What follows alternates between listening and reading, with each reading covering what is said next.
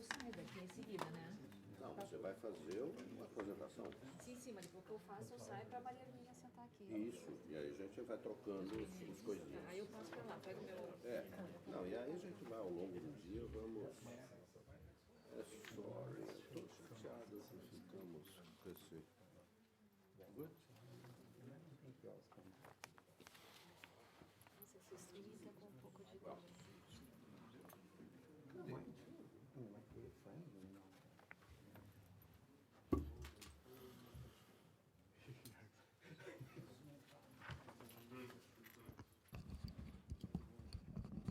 Can I go? Okay, well, good morning. My name is Paulo Sotero. I'm director of the Brazil Institute here at the Wilson Center.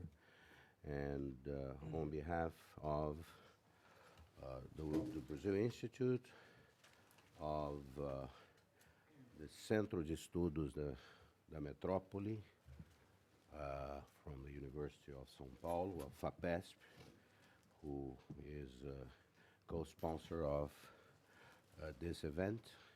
I would like to welcome all of you here this morning with apologies for the late start. As you know, weather-related.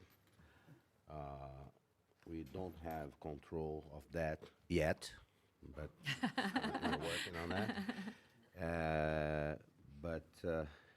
Yeah, we are very grateful to have with us today a group of professors, researchers from both Brazil and the United States to talk about a very important subject captured in this book published last year in Brazil by Editora Unesp, the editing house of the State University of São Paulo,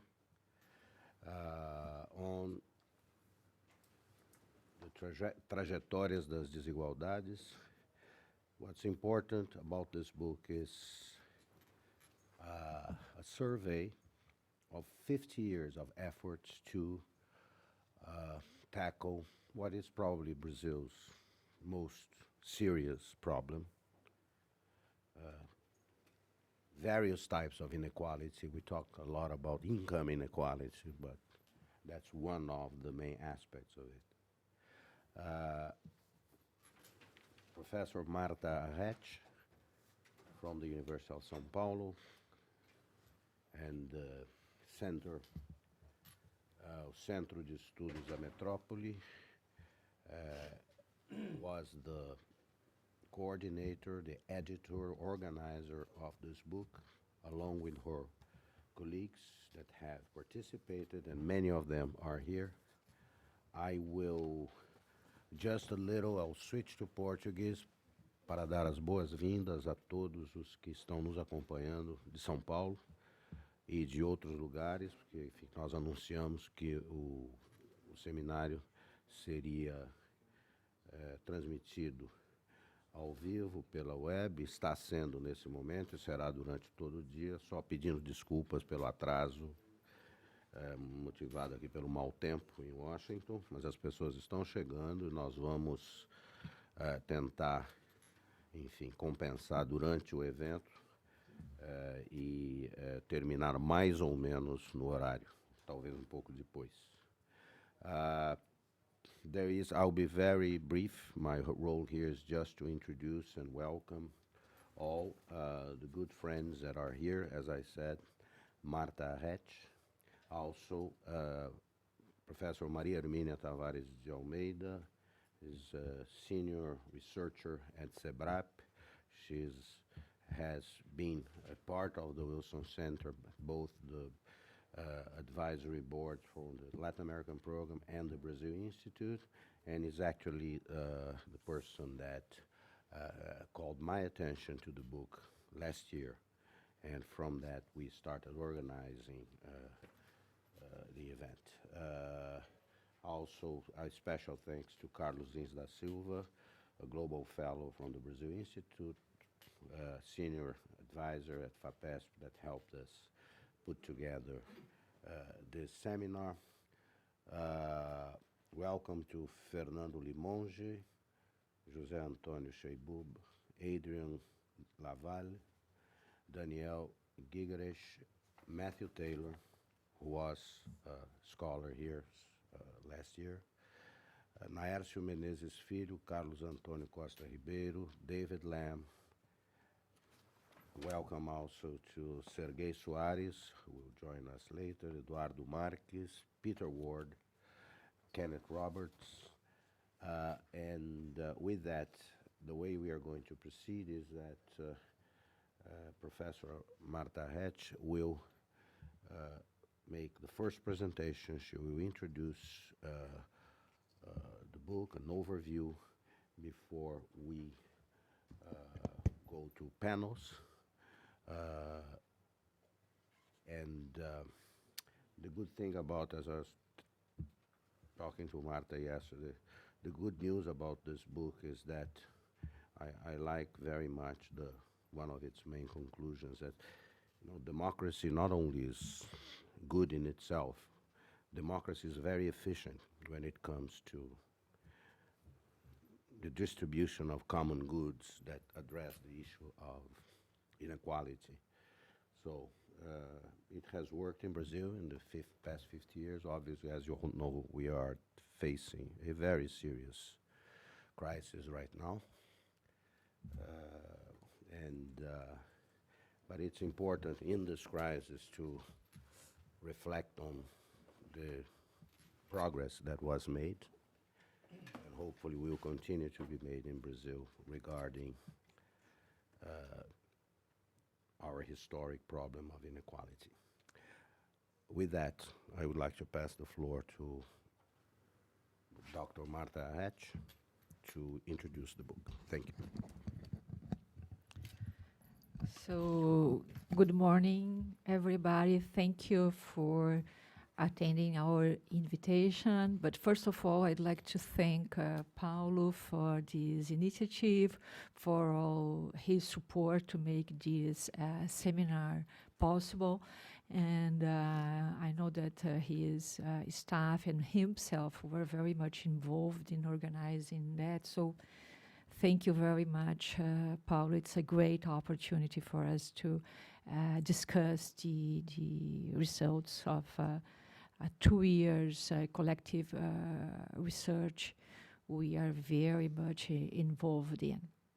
And I'd like also to thank the support of the University of São Paulo, and FAPESP, which were very supportive of this initiative, and all our colleagues that accepted our invitation, some of them reaching Washington by train, by car. I don't know about trucks, but maybe someone might have been obliged to take a truck to reach here. So thank you, everybody. We are very excited about this opportunity to discuss a part of the book. For this reason, because we are not presenting all the chapters of the book, I will make a brief presentation of the motivation behind the collective research we made and the book content. So you'll have an idea of what you can find in the book. So let me just.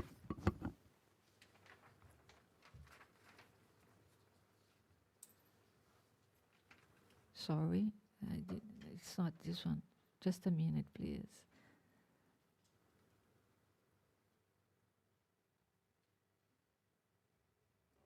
Oh, there is a problem here. It's not no, it's not the correct file. May I? Mine will help. Just a second. I can pick.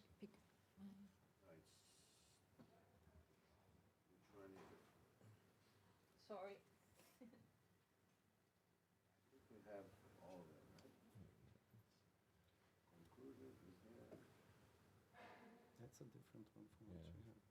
Is that the one? That's probably it. Inclusion, access. No, it's not the right one. No, maybe it's here.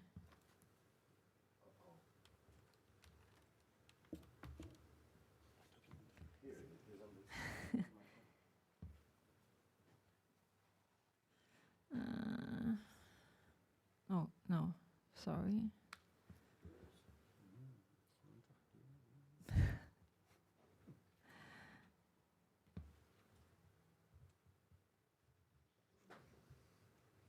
No. I'm sorry, I don't find the, when we need, well, let's, may I? Is the one that you sent me? I have, okay, that's not a problem. I have, I can, yeah, I just need the book.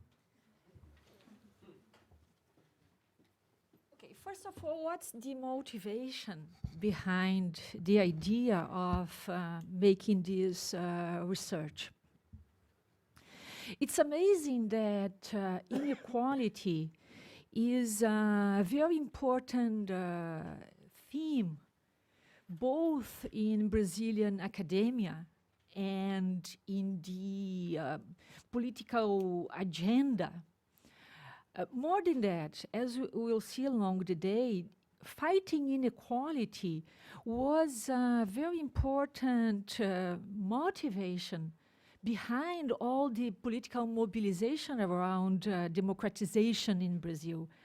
Along the 80s, one of the big motivations to democratize, to fight the military regime, was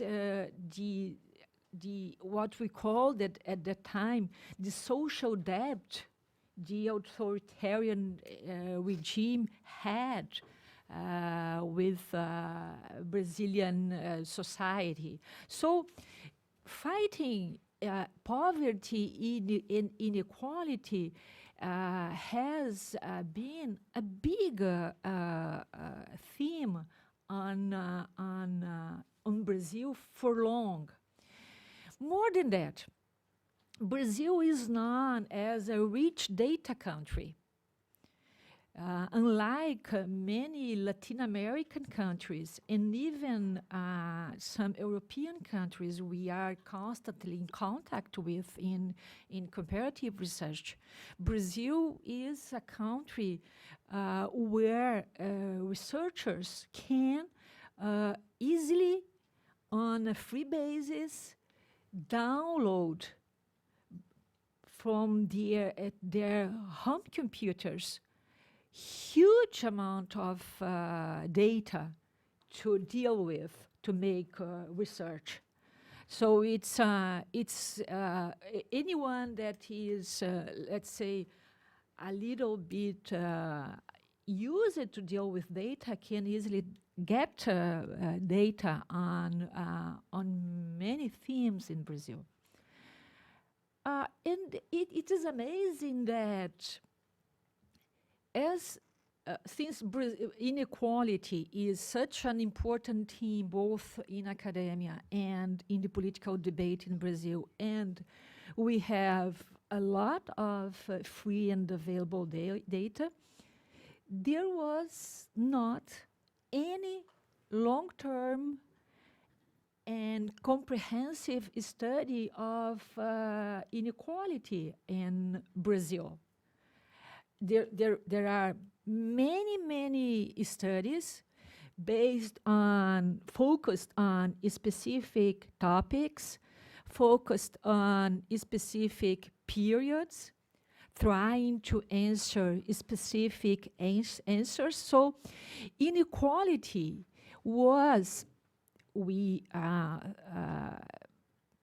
thought when we decided to take part on this collective research, at the same time,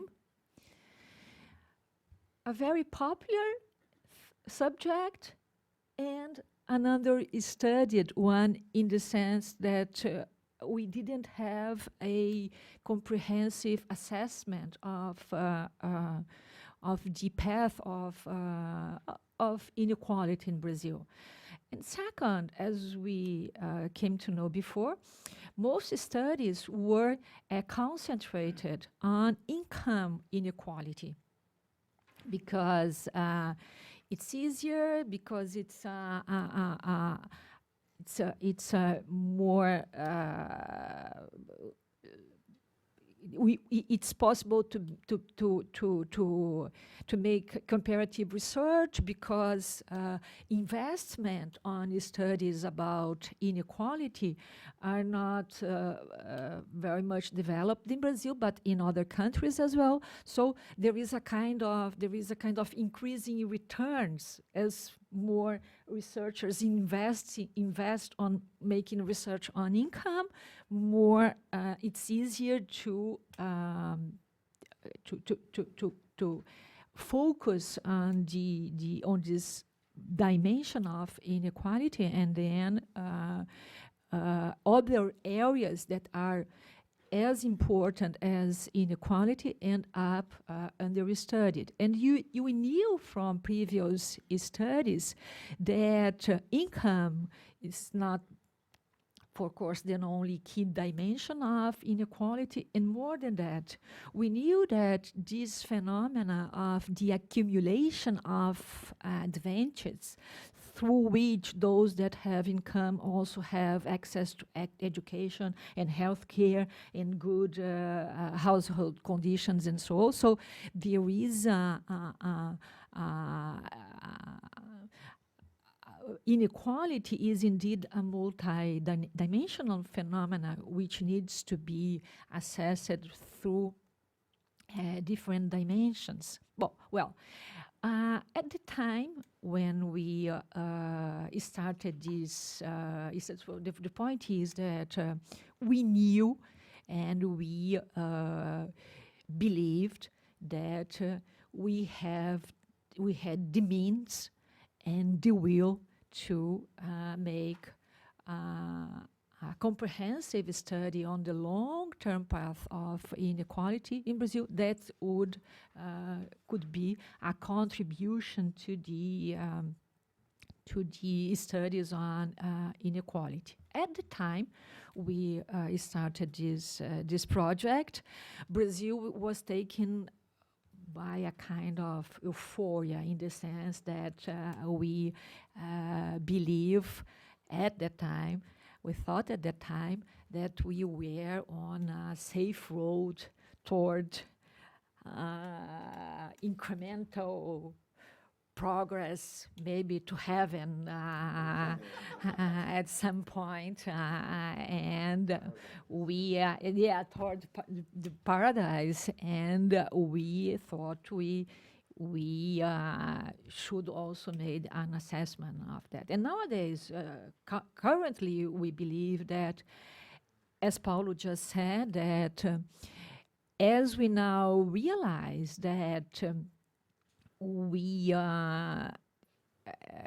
overstressed, or we surely exaggerated on the euphoria we lived up to a certain point, so it proved to be somehow wrong. It's also wrong to be taken now by pessimism and do not learn the best lessons for the process we did lived in Brazil. So the moment is to take the good lessons from the achievements we got in Brazil. So that's the motivation. The motivation was we need a comprehensive, long-term study about the path of inequality in Brazil. And of course, as I'm a political science, I'm more worried about the impact of democracy on inequality reduction, but this is not the only one motivation of the book. So there are, as I would like to show you if I find my PowerPoint presentation. We have. Yeah, but I won't find now because everybody here must be used to this situation when you must need you can't find the file. Yeah, but I can show it. Great job. Yeah. You're doing a great job in providing. Thanks a lot. So, the book has 5 parts. One part is about political participation. The 2 chapters of this part will be presented today, so in the next session. So you'll see in a minute what are the conclusions by Fernando Limonge, José Cheibubi, and Argelina Figueiredo about the path of political participation in Brazil, and Adrian Lavalle, who is seated there, and his co-author about a phenomena about which there is a lot of interest in Brazil, the councils and extra parliamentary arenas of participation that flourished in Brazil in the last 2 decades. So in the next section, we'll have the discussion and the presentation about these 2 chapters. A second part is about education and income. 2 of these the chapters shown in this part will also be presented this morning by Naércio Menezes, who is seated there, and Carlos Antônio, who just arrived, and so they will present the path of different dimensions of the process of inequality reduction in Brazil, and particularly its impact on the reduction of income inequality in the job market, which is a very important dimension of the reduction of income inequality in the last 2 decades in Brazil. And there is another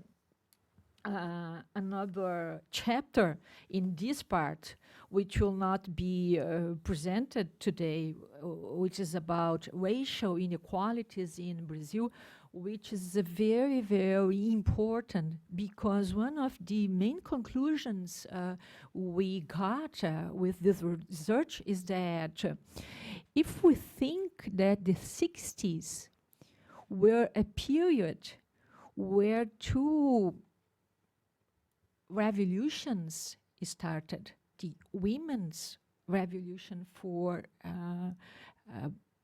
participation in the job market and in the schooling world and so on, and the movement of human rights and the racial movements were also very, very aggressive and important for inclusive participation. These chapters show that women in Brazil were much more successful in the path of inequality reduction than non-white people. There is a huge lack on the path of inclusion and inequality reduction between according to gender and race in Brazil. So I very much suggest you to look at these chapters to clearly see by different dimensions the different paths of inequality reduction by gender and race. The third part is about some key public policies. There are 3 chapters on this part of the book. Two are mainly about housing and urban conditions. So Eduardo, who is seated there, he is the author of the housing chapter, will present his conclusions this afternoon. And I will also present a chapter on the territorial, geography of urban conditions and income inequality in Brazil. And there is a 3rd chapter on health conditions that is very much interesting because it shows the achievements of the health public system in Brazil, whose paradigm was changed in 1988 as a byproduct of redemocratization. There is a 4th chapter we call demography. And so in this part, there are 3 chapters. One is about migration in Brazil and the huge flux of people in different directions in this 50 years story. Another one is about the silent revolutions.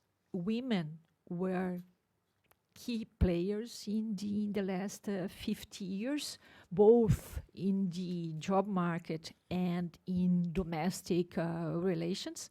So it's a chapter about the transformations of women in the Brazilian society. And the 3rd one is about another big change in Brazil, which refers to the religion transition. So Brazil was, in the 60s, a massively Catholic country, and this religion monopoly of the Catholics was hugely transformed by the increasing role playing by non-Catholic Christian religions. And finally, the 5th part is about the job market. There is these chapters won't be presented today either. One is about the transformations of occupations. So it's about the job market, but it's the components of the job markets are examined through the lens of occupations. And the last one is about the role of women, the massive entry of women on the job market, and speculated somehow on the motivations behind this massive entry of women in the job market. So it's just to give you an idea of the content of the book.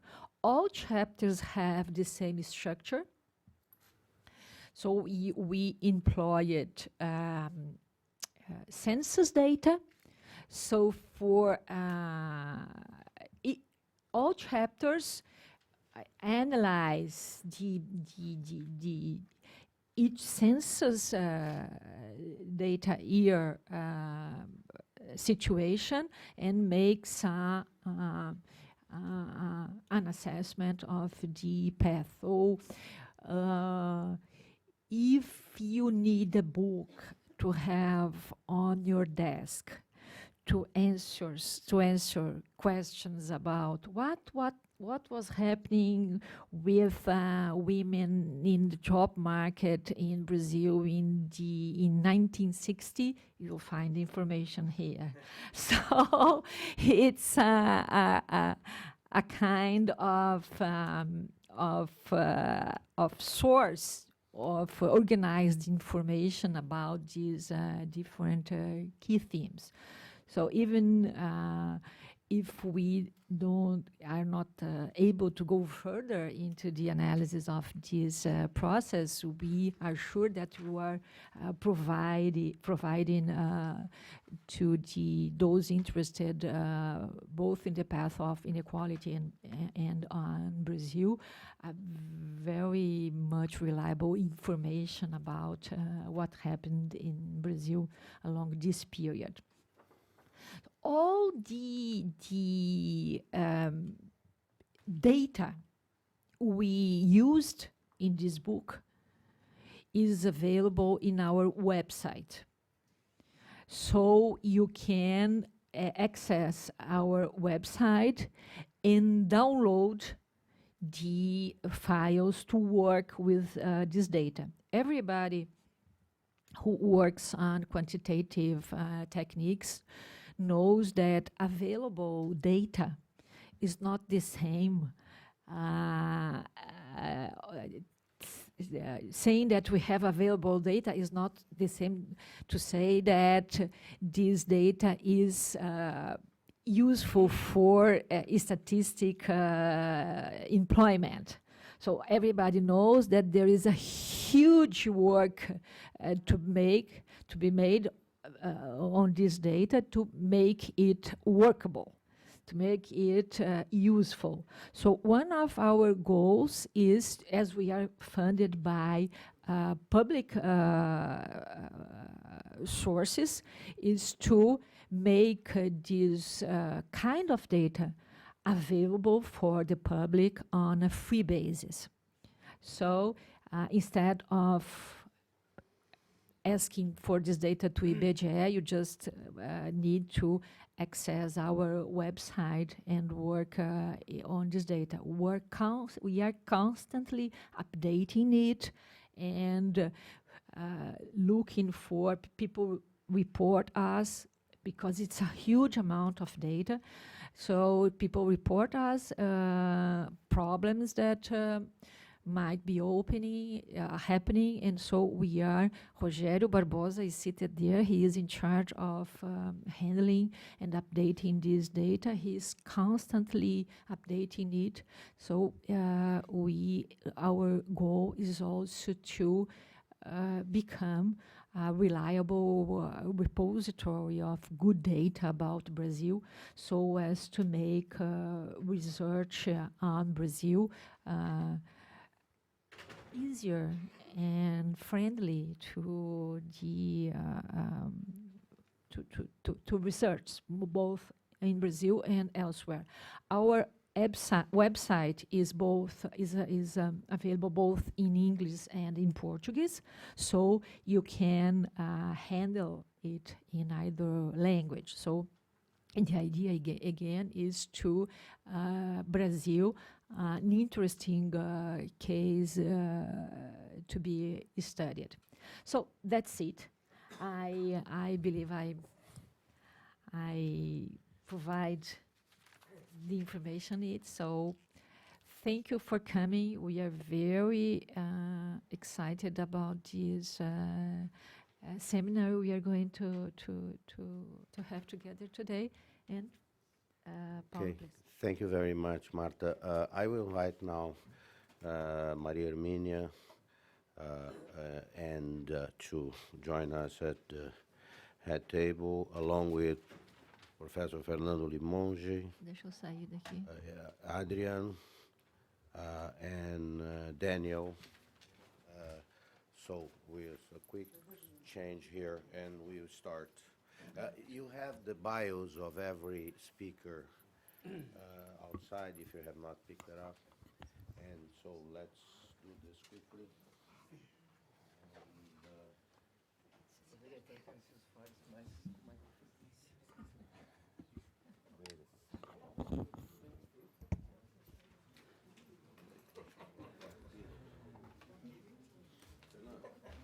Deixa eu, tudo bem?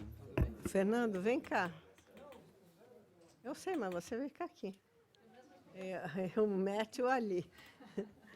Posso assistir daqui? Okay. Good morning. It's an honor to open this discussion. on the conclusions of a very important research project. I think the most important research project on the subject that has been made up to now. Our subject here in this panel is politics, the expansion of political participation in Brazil. And it's my pleasure to introduce Professor José Antônio Sheibub from University, a political scientist from the University of Illinois, Professor Fernando Limonge, political science from the University of São Paulo and SEBRAP, and Professor Adrian Lavage, also from University of São Paulo, Department of Political Science and SEBRAP. And finally, our two discussants, Professor Daniel Gingrich, Associate Professor and Director of Quantitative Collaborative at University of Virginia, and Professor Matthew Taylor, Associate Professor of International Service at American University. Since we have a tight agenda here, I'll give the floor to Professor José Antônio Sheibub, and 15 minutes for his presentation. Yes, of course. All right. Thank you, Maria Hermínia. Thank you, Marta and Paulo for Marta for organizing the book and Paulo for hosting us here. Just to jump into the topic, we're going to be talking about political participation in Brazil. I'm going to try to contain myself. Usually when I present, I have to be bouncing around. So I'm going to be sitting here. So if I bounce a little bit, that's going to be... So we try to provide an overview of political participation in Brazil, trying to focus on the costs of effective participation. There are several quantities that are important when we think about political participation. And if we think of the different steps in which voters can or need to engage in order to participate, we can think of, starting with the eligible population, registered voters.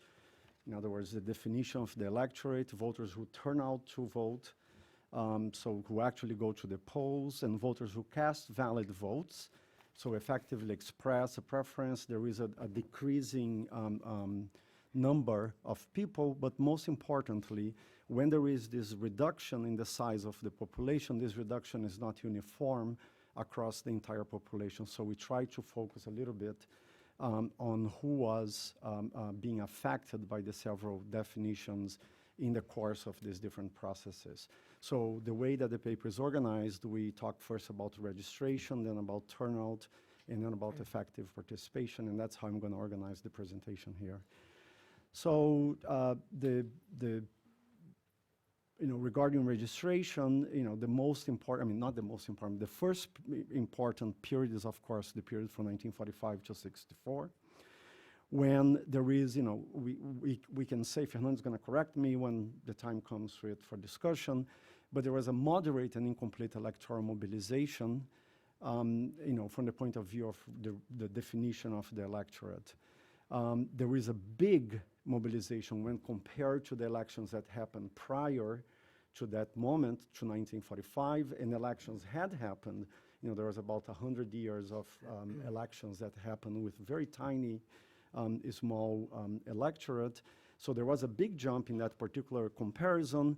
But even during the period, there is a significant expansion of the registered, of the legal electorate.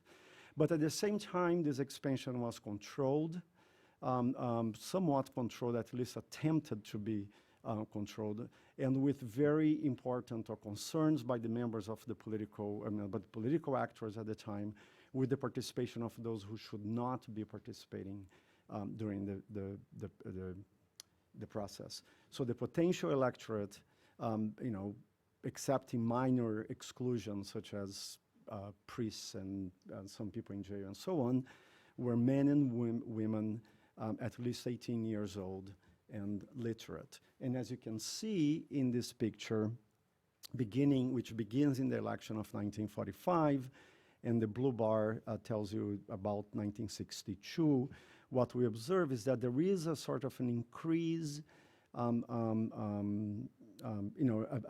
high level of, registration was relatively high in for the whole period, about 80% of the electorate was registered, but the growth was relatively small and with some declines due to the differential evolution of the number of potential voting the number of registered voters and the population that could be potentially registered. In particular, there was a mandatory new registration in 1956, 1957 that which purged a lot of people from the voting rolls, and that's what explains the decrease that we observe during the 1950s.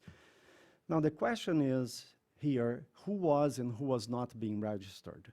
And essentially the problem with who was being registered is that many people complained, and it was a fact, is that illiterates who should not be part of the potential electorate because they were legally excluded from participation, but their participation was relatively large effectively. There was a low bar to prove literacy during the entire period, and that persisted through 1986 when 1985 when the exclusion was abolished. There was lax implementation. I mean, the low bar is that people just had to write their names in a little card to prove that they were literates. Lax implementation of exclusion, so a lot of just disregarding who was being registered or not. And then the issue of collective registration of voters, both voluntary and involuntary. And I'll talk more about that in a minute. In terms of who was not being registered, women were probably the group that was the most effectively excluded from the process of registration. And here I'm going to show you some data that we didn't have in the paper, but which are very interesting. Of course, you cannot read that. There are no, but that's just to tell you, I mean, there are no overall information about the registration of men and women for the period, but these are just examples of a few states for which you have information. And what, if you could see that, what you would see is that the rate of registration of women is very, very much different and smaller than the rate of registration for men in the state of Piauí in 1946. Now, this is better depicted. So here you have the registration in Espírito Santo in 1953, and you see the big guy and the small woman, and that gives you the proportion of men who were being registered and the women relative to the men who are being registered. So a significant difference, and the same was true for Paraíba in 1953.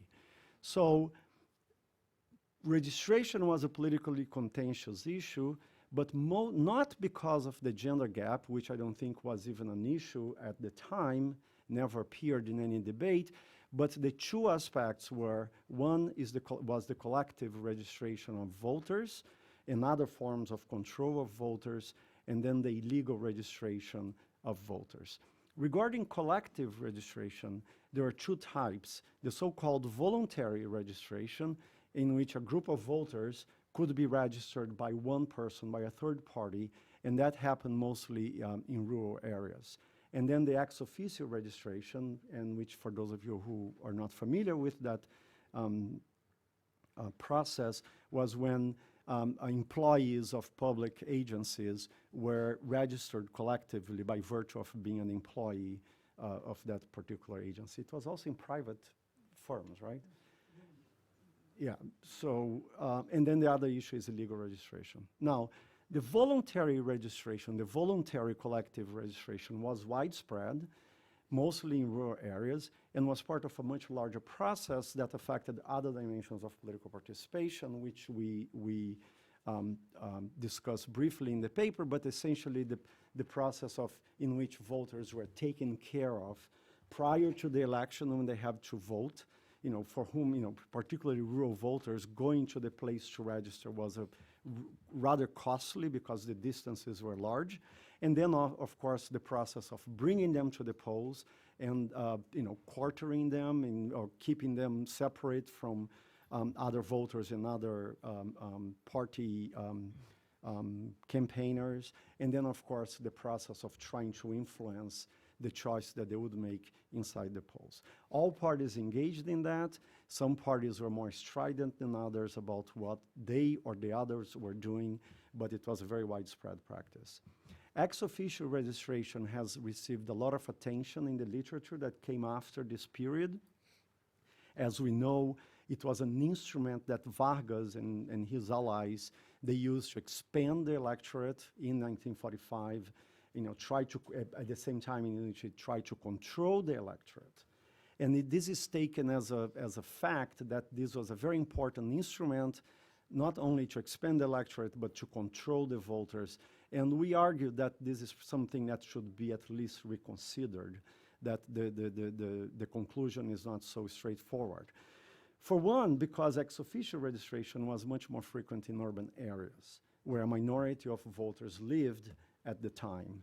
As you can see there, you can just look at the bottom line, we can see that about 13% and 14%, 13% of voters in urban areas were registered ex officio, and 62% were voluntary in the rural areas. So the urban voters were a relatively small minority. We're not saying that they were not important. They were important for specific candidacies, particularly in the federal district in Rio, because it was all urban and a lot of voters, as you can see, 54% of the voters were registered ex officio. But the impact of that, not only in the expansion of the electorate, but also in the choice that the voters made, has to be reconsidered. And those are the last 2 points we make regarding this point. The one is that the registration of the voters did not necessarily imply support for the incumbents. I mean, voters were still, secrecy of the vote was still legal, and as much as people tried to work around that, it was costly for the parties to do that, and we cannot immediately assume that because you're registering voters, they're going to vote for you. And the interesting thing is that the opposition, mostly from the UDN, during this time, was not centered on the fact that the registration was collective and ex officio, but was centered on the fact that by that process, you would allow many non-legitimate voters, non-legal voters to vote, illiterates and foreigners. So they are concerned not with the fact that voters were being registered collectively, but with the fact that in that process, other voters who should not be there were being incorporated. So in 1955, there was this electoral reform, and the goal of it was to clean the electorate. It abolished the ex officio registration and then increased the cost for registration, for the voluntary registration. So for individual voters, it became more costly. They had to actually be present at the place to register. There was a picture in the card, so there was some attempts, some steps in the direction of making the process less prone to corruption or to avoidance. And then, of course, as a result, there was a reduction in the proportion of registered voters with respect to the eligible population. Since I have 5 minutes on, I'm going to go fast. You already saw this picture. You can see that everything kept increasing after 1957 in terms of registration. And by 1989, registration was expanded considerably during the military regime, in part because they didn't care very much about the implementation of the incorporation of the illiterates, which had a reason in their mind, but it was not a bad move. And by 1989, registration was already close to 100%, and it remained so since then. Now, turnout, not very problematic. Turnout rates have been consistently high in Brazil, in part because the vote is mandatory. Turnout rates peaked just after the electoral reforms, the mandatory registration processes, in part just because you clean up the rolls and then the denominator got smaller, and so the numerator goes up, and that's what we see. But we see that after it has been around 80 to 90%, which is a fairly high number by any comparison. The other thing that's noticeable about turnout is that it became more, throughout the territory, the national territory, it became more uniform. And so which means that the conditions that enabled participation by voters have been generalized, and they became more or less uniform. So here you can see the elections for which we have data and the distribution of turnout rates in the states. And it's very easy to see that towards the end of the period, this, there is a much smaller variation in turnout rates across the states, and they remain relatively high, consistently above 80%. Now, finally, for valid votes, a lot of research by political scientists, some of whom are in this room, have shown that the type of ballot affects the voter's ability to effectively express a preference. So the proportion of valid votes, and this is what we focus on here, the proportion of valid votes is a function of the way that voters are required to cast their ballots. So in this respect, there are two, zero? Zero, I'll give you some. Oh, Marta took all my time. So I'll go very fast.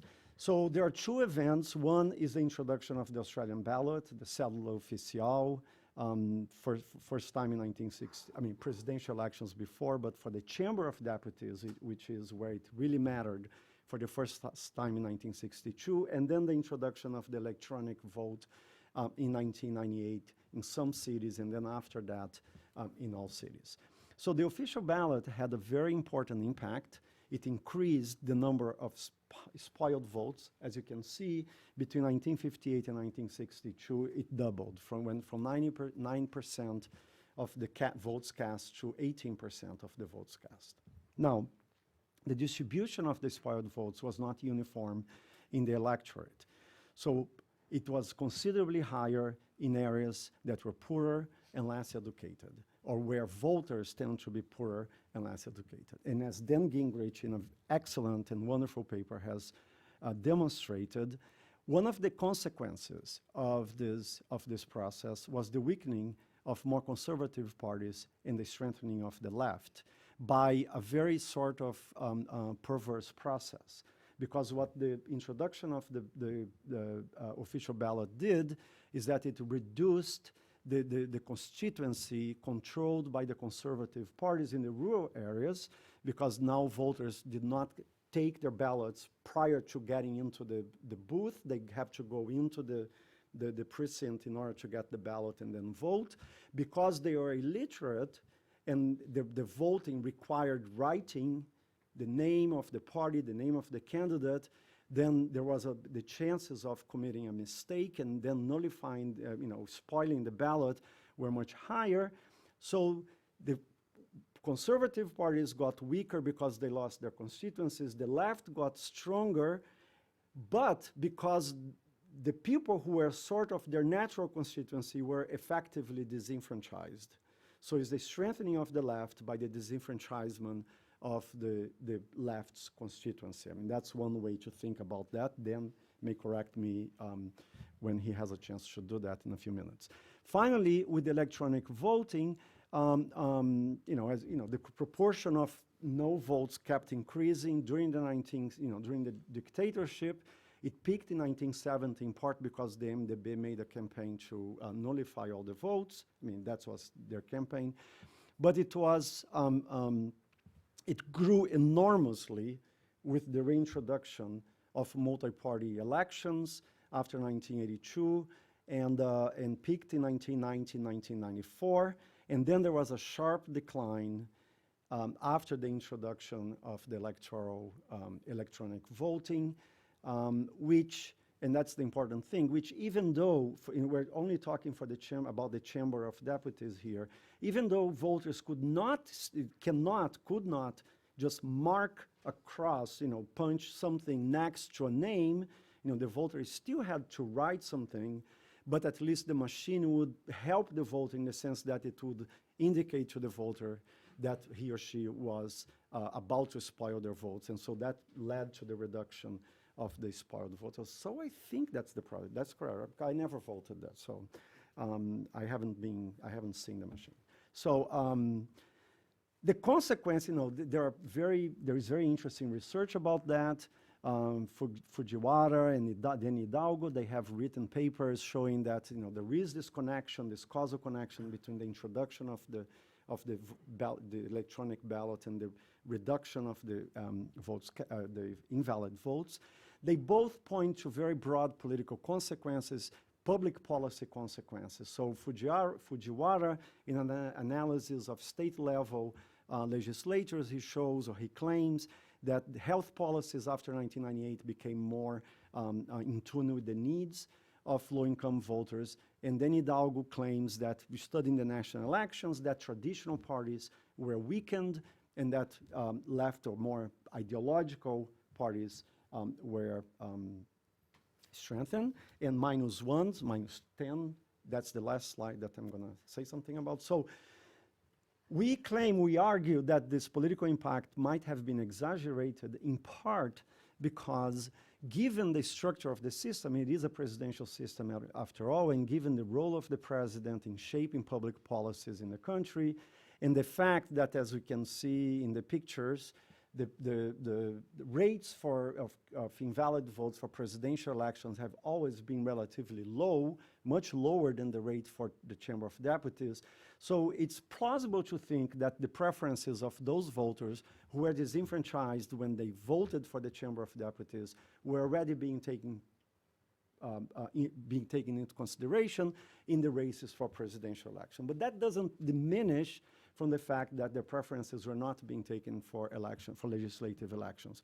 One thing that became true, and that may solve this problem, is that the rates have become, after the introduction of the electronic voting, the rates for both presidential and the chamber have become more or less the same, which kind of indicates that then, not necessarily the same people who are spoiling the two ballots, but at least there is no disparity anymore. And for the sake of time, I'm not going to summarize what I just said, and we can open for them.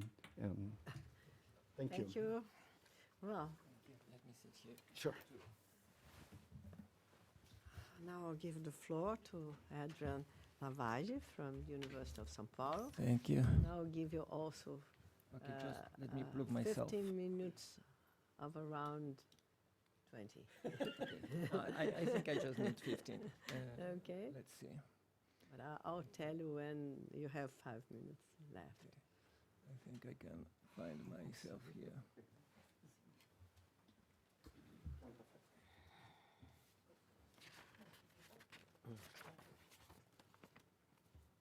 Okay, so here we go.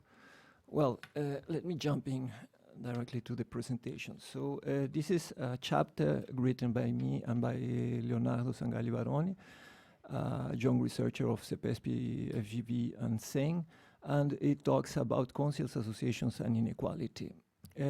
So we have a broad consensus in national and international literature about both associations and participatory institutions in Brazil. So as for the expansion of civil society, we know that Brazil has been characterized, broadly characterized as one of the countries with one of the most vibrant and active civil societies during transition. We know that those civil organizations were very active in the post-transition scenario, but we didn't have any comprehensive diagnosis about the state of art of those associations. So actually, although most of literature said that, or say that Brazilian civil society was very active, we didn't have any comprehensive diagnosis about the vitality or the number of associations in Brazil as a whole.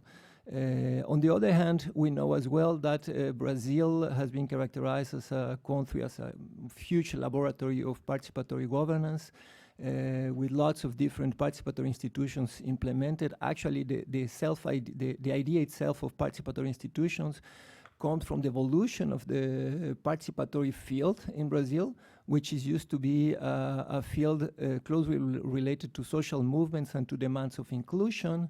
And now the main core of that field actually is researching not movements, not demands for inclusion, but institutions. So that tells you something about the trend of participation in Brazil. So the participation become actually a feature of Brazilian state.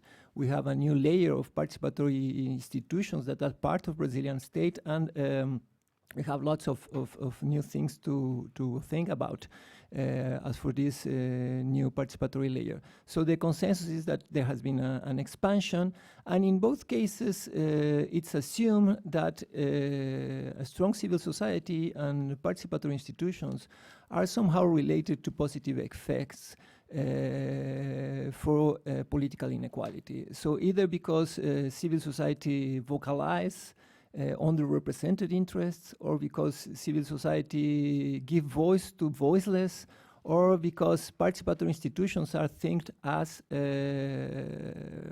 governance structures for including interests that are actually or normally out of the traditional processes of political representation. Both expansions are thought of as favorable to political, to diminishing political inequality. So this is because mainly both are related to assumptions of inclusion effects. So the chapter has two objectives. The first objective was to systematically describe the evolution of councils and associations. So as I just said, those are strong consensus, but we didn't have, I would say, fine-tuned data at national level. We have better data for councils, but most of data on councils were sectorial. And as for associations, most research on association relied on lists, on non-random samples, or on, let me see what else, lists, non-random samples, and basically on that too.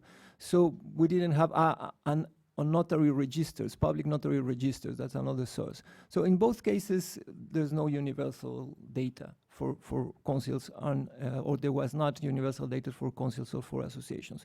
So this is the first objective. The second aim was to relate such evolution, the evolution of associations and councils, to socioeconomic inequality across the space, that is, across municipalities.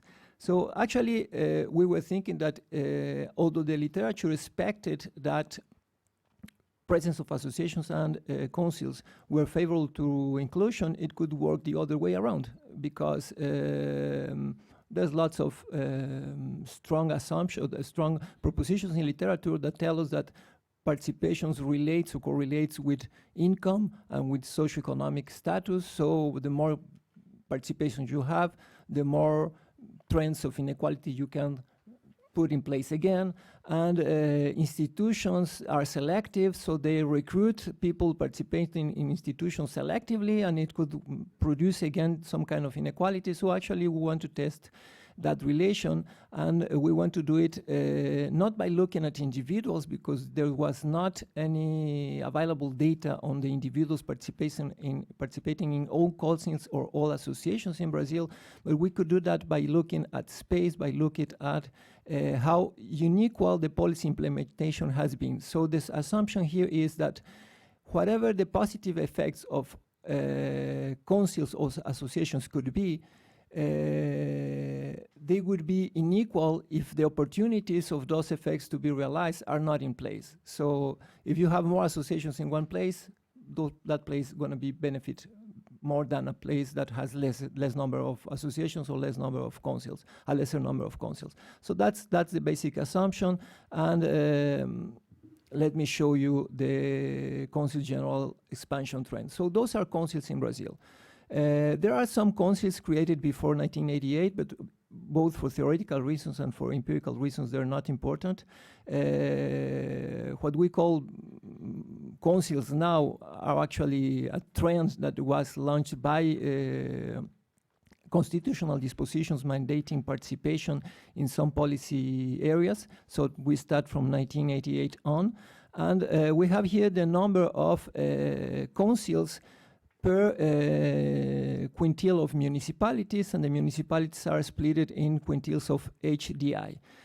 So you can look that actually we began in the 1988 with less than one average of less than one council per municipality in all quintiles, and then we have a an expansion trend, a constant expansion trend across all quintiles. So no matter of the quintile, there was a clear expansion trend, going up to more than 6 consuls per municipality in the 5th quintile, and or more or less 2.5 average consuls per municipality in the 1st quintile. So this is a general trend. We have a notable expansion of consuls, but this trend actually is made up of different patterns. So it hidens different patterns. So we have we break down that general trend into different patterns, in 3 different patterns.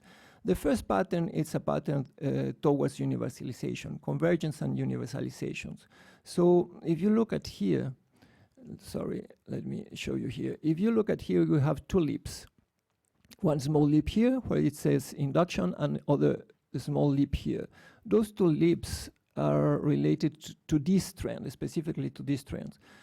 Those are consuls that are convergent in terms that the spreading out is reached almost 100% in all municipalities, and that is why we have a convergence towards equality, and this is because universalization. Here I'm presenting just the 1st quintile and the last quintile. So in order to make the data visible, we didn't show the 2nd, 3rd, and 4th quintile, but they spread following the same path that the 1st and the 5th quintile. So if you take a look on the blue line, for example, the blue line is health. So you can see that health in 1990 has a huge leap. Laser pointer. Oh, thank you. Let me here. So if you look at here, there's a huge leap here. And this leap is because that law, the law 80. And we have different leaps, and each leap is related to a specific law. And those laws actually are mechanisms for induction. So the mechanism of expansion of these consuls is federal induction, normally conditioning money transfers to the adoption of consuls. So if you want money for basic health, you can have it if you have a consuls. If you don't have a consuls, we won't transfer the money from federal level to local level. So that's a huge push toward universalization. So that's the story behind these groups. And we are talking about health, about child and adolescents, and about education, and plausibly about social assistance, but we don't have data for social assistance in this chapter. We check the data after this chapter, and social assistance behaves exactly the same. This is the 2nd pattern. So this pattern is a pattern of medium expansion and highly unequal expansion. We don't have strong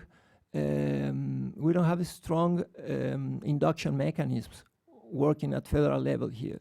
So as we don't have these strong induction mechanisms, we have expansion with some weak mechanisms that produce inequality, because those consuls spread out mainly in better municipalities or municipalities with higher HDA. So we have, for example, those are environmental rights for the elderly, housing, and culture. So this is a 2nd pattern. Here we are talking not about number of consuls, but percentage of consuls in the different quintiles. Let me rush a bit because the time I'm running short of time. So this is the third trend. Those are consuls that actually have a very low expansion and unequal expansion. They not reach more than 20% of municipalities in the better quintile. And they are almost non-existent at all in the municipalities with lower HDI quintile. So we don't have here any induction mechanism at all. These are consuls created by municipalities because they reply mainly to local needs, to political dynamics, political local dynamics.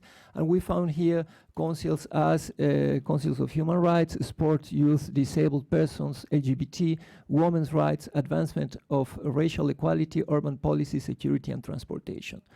So those are the trends. So those are that's the council's evolution in Brazil. Let's take a look on non-profits evolution in Brazil, what we call entidades sem fins lucrativos. So foundations and associations with non-profit aims.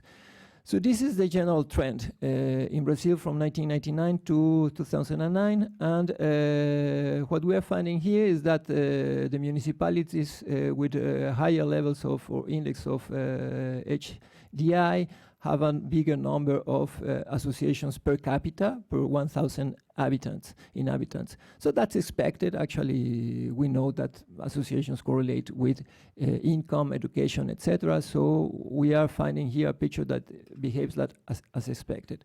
However, all nonprofits include lots of associations that actually a more restrictive or demanding definition of civil society won't take as civil society. For example, notary offices and condominium associations. So condominium association is something that you should have because law obliges you to have. So if you live in a building, that's all you need to know. You have an association, you need to create an association. And notary offices are a very idiosyncratic kind of local or Brazilian association that is not related with civil society at all. So if we exclude those two, look at the trends. The trends start to shift.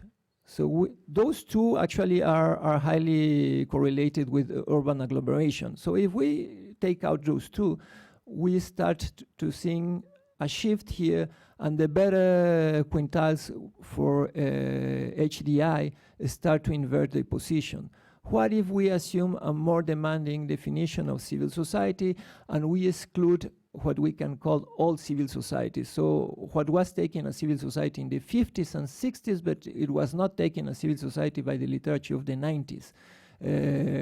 So if we exclude unions, for example, that was a traditional civil society institution, but later literature on civil society tends to disregard, or professional and owner associations or parties or churches, for example. If we take out those, actually we invert the pattern and we start to see that quintiles with lower HDI have a bigger number of associations per capita than quintiles with higher HDI. And this is what we can call the more demanding or highly demanding definition of civil society. What normally normative literature on civil society refers to as associations claiming for rights and making use of public sphere for claiming about public relevant issues. So if we assume this kind of more demanding definition of civil society, actually the trend fully inverts.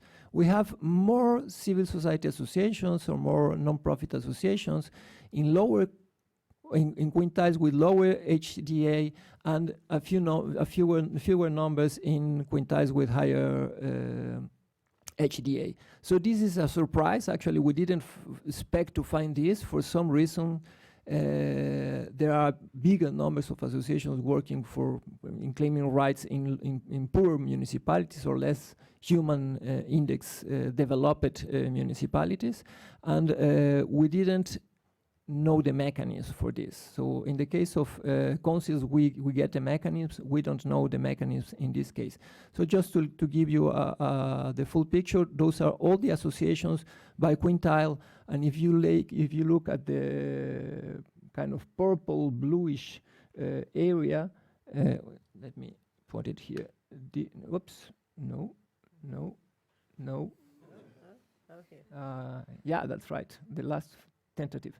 So if you look at here, those are the claiming rights associations, and this is the first quintile. And look how they become smaller across the quintiles, while these ones, for example, that are religion, have this different pattern, inverted pattern.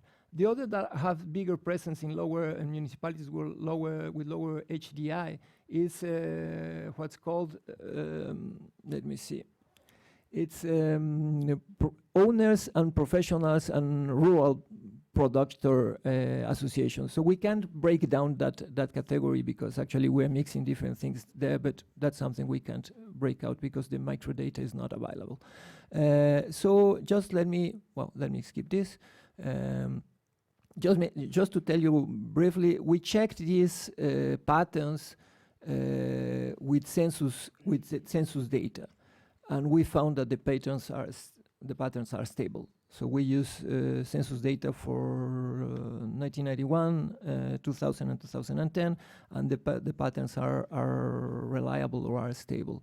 So we have a final comment. We found that there are two sources of reduction of inequalities across municipalities regarding to non-electoral participation or involvement or civic engagement. First, federal induction. So whatever the benefits of councils would be, they would be available unequally across municipalities if there wouldn't be federal induction. So federal induction here is working towards producing equality across municipalities. Where there's no federal induction, we found inequality. And in the case of civil society organizations, we found that the pattern is inverse, is the opposite. They are more present in municipalities with lower HDI, but we still need to figure out the mechanisms behind this pattern. So that's it. Thank you very much. Thank you, Adam. Yes, and maybe I mean, go to the center of the, so I can control you better.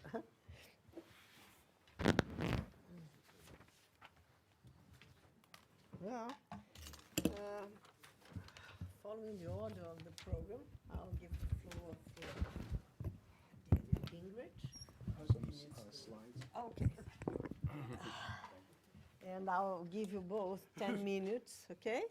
So then we can open to the floor for questions and information. I suppose you're already there.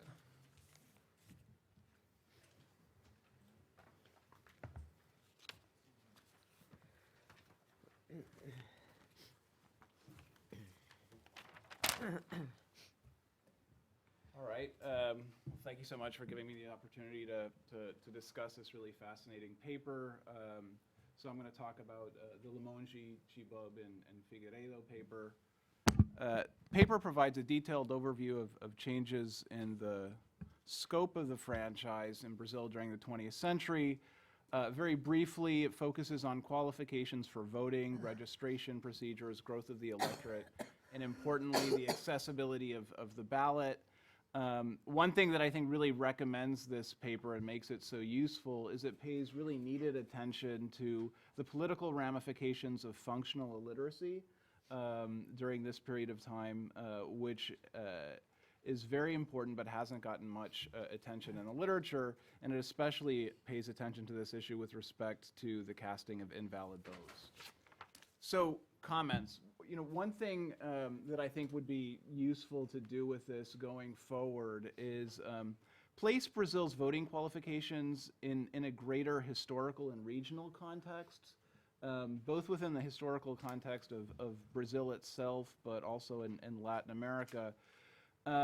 So elections during the early mid-19th century in Latin America were actually much more participatory than we often give them credit for. And there's a new political science and historical literature on precisely that, on rediscovering the very participatory nature of the elections at that time.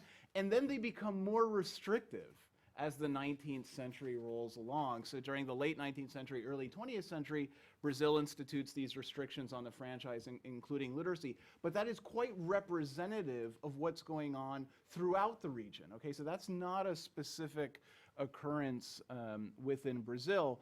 What is specific to Brazil, and I think is worth some more discussion among all of us who are interested in the history of political institutions in the country, is the institution of literacy requirements throughout much of the 20th century. Okay, that's a peculiarity. In the 20th century, you have literacy requirements only in Brazil, Chile, Ecuador, and Peru, and all the other countries get rid of those requirements much earlier than Brazil does, right? So that leaves us with an interesting question, which is why restrictive franchise in this particular way? There were other mechanisms available to do it. You could have done income requirements. You could have done occupational status. You know, different countries tried different strategies to restrict a franchise. Why literacy, and why does it last so long? Okay, so why does Brazil hold on to it until the 1980s? So this paper's section on ex officio versus voluntary modes of registration was great. Okay, I wasn't myself privy to this aspect of electoral history in Brazil, and I think focusing on capital cities versus the interior was great. Because you have the distinction between capital cities and the interior, I'm going to anticipate that there's actual municipal level information on these registration procedures. I think that's terrific. I think there's a lot that can be done with that data in terms of thinking about legacies for political cleavages during the 1945-1964 period. So what I want to suggest that you all do with this data is push it forward. Okay, the paper talks a lot about the debates at the time that are going on between the UDN and the PSD. But I'd be interested in a more explicit analysis of the role that incorporation mode plays, whether this essentially a corporatist mode that's taking place in the cities where the unions are effectively registering their workers and others versus the voluntary mode that you think would be associated with the backland bosses who are bringing their workers, their farm workers out to register. How does that shape the cleavages then that dominate the 45-64 period? The pro-anti-Vargas cleavages within the PSD, cleavages within the UDN. I think there's quite a bit of work that can be done on that, and since you have municipal level data, you can do it, and that should be really interesting. I think the paper does an excellent job in distinguishing between literacy restrictions on paper versus restrictions in practice, right? And that is a world of difference. It's really important for us in understanding the impact of ballot reform, and especially the adoption of the official ballot. Talk about that a bit more in a moment. One of the questions that I had, and this is relevant for me too, working on this, I think we all should sort of think about this, is what's the definition of literacy here being used by the census? I'm actually not sure. Is it self-reported, or are they imposing some definition, right? Because clearly there's a distinction between the definition of literacy in terms of what gets you able to register to vote, which is an extraordinarily low bar, as Jose mentioned, and the definition that's being applied by the census in 1950, 1960, and 1970. So finally, a question, if we consider, and I think this is important, I want to push you all to think about this, if we consider the inaccessibility of the ballot to be a type of franchise restriction, which more and more I think is the appropriate way to think about it, and I'm going to present some evidence that the architects of ballot reform wanted it to be a franchise restriction.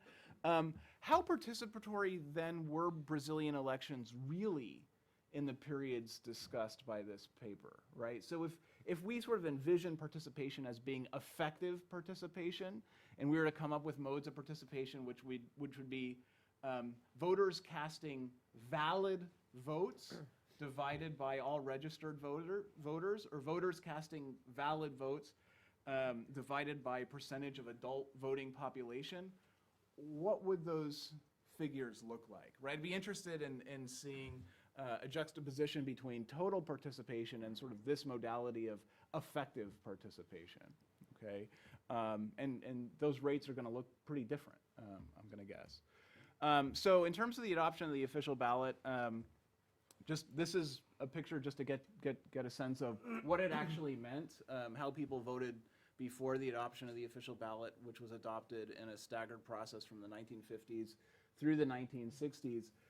Prior to the adoption of the official ballot, people used to vote with printed pieces of paper with the names of the parties and candidates that they were going to vote for. And then after the adoption of the official ballot, they voted with a piece of paper similar to what you see on the left-hand side, where you could check a box for the majoritarian election, and then for the proportional representation election, you could put in the initials of the party or the name of the candidate or the number of the candidate you wanted to vote with. So what I should say is this transition is not Brazil-specific, right? This transition from voting with candidate and party printed ballots to voting with an official ballot that you can use to vote for anyone registered in the district happens in the United States, late 19th century. It happens throughout Europe, late 19th century, early 20th century, and through various countries in Latin America, roughly at the same time that Brazil is doing this. So Chile adopts it in 1958. There's some countries that haven't adopted the official ballot in full form yet, Argentina being a good example. So Brazil fits within the regional perspective in this regard. I think in terms of the discussion of the official ballot, nice job of describing the debates and arguments among politicians surrounding the adoption of this instrument. I learned a lot from that. I thought it was really helpful. I would say, and I think you know this, we've had sort of these conversations, there are other actors besides the UDN and the PSD that were really important in this process that are worth thinking about as well. The first are the actual officials in the electoral justice system, right? Edgar Costa, who's the president of the Supreme Electoral Tribunal, he's the architect of ballot reform. In a sense, it's his baby, and he had a very specific vision of what the official ballot was supposed to do, and it fits within this idea of franchise restriction. He wanted it to restrict the franchise. That was his aim. Another story here, which is I think less known and really important, is the role of the TRE heads, the Regional Electoral Tribunal heads, in changes of the format of the official ballot. So this is not actually a function of how the politicians in Congress initially wanted the official ballot to look like for proportional representation elections. So there's two laws, one in July of 1962, another one in August of 1962. In the July law, what the Congress passed was an official ballot that would be broken up into columns by party with different colors for parties, the party symbols on top, and the names of all candidates going down in an alphabetical order, right? It would have, in principle, probably been a little bit easier for functionally illiterate voters to deal with that type of ballot than the one that they actually got. What happened is after that law was passed, the TRE heads, especially in Sao Paulo and Guanabara, which was going to use it at that time as well, said, no way, right? Because you can't do this in an open list proportional representation system with potentially hundreds of candidates. The ballots are going to be bewildering. We can't do it in that period of time. We need something simpler. So that's what they went with, right? Because it was simpler for them. Technically, it was easier for them to produce those ballots. And that, defines voting in Brazil for the next 35, 36 years because of what the TRE heads, not necessarily the politicians, decided what would work.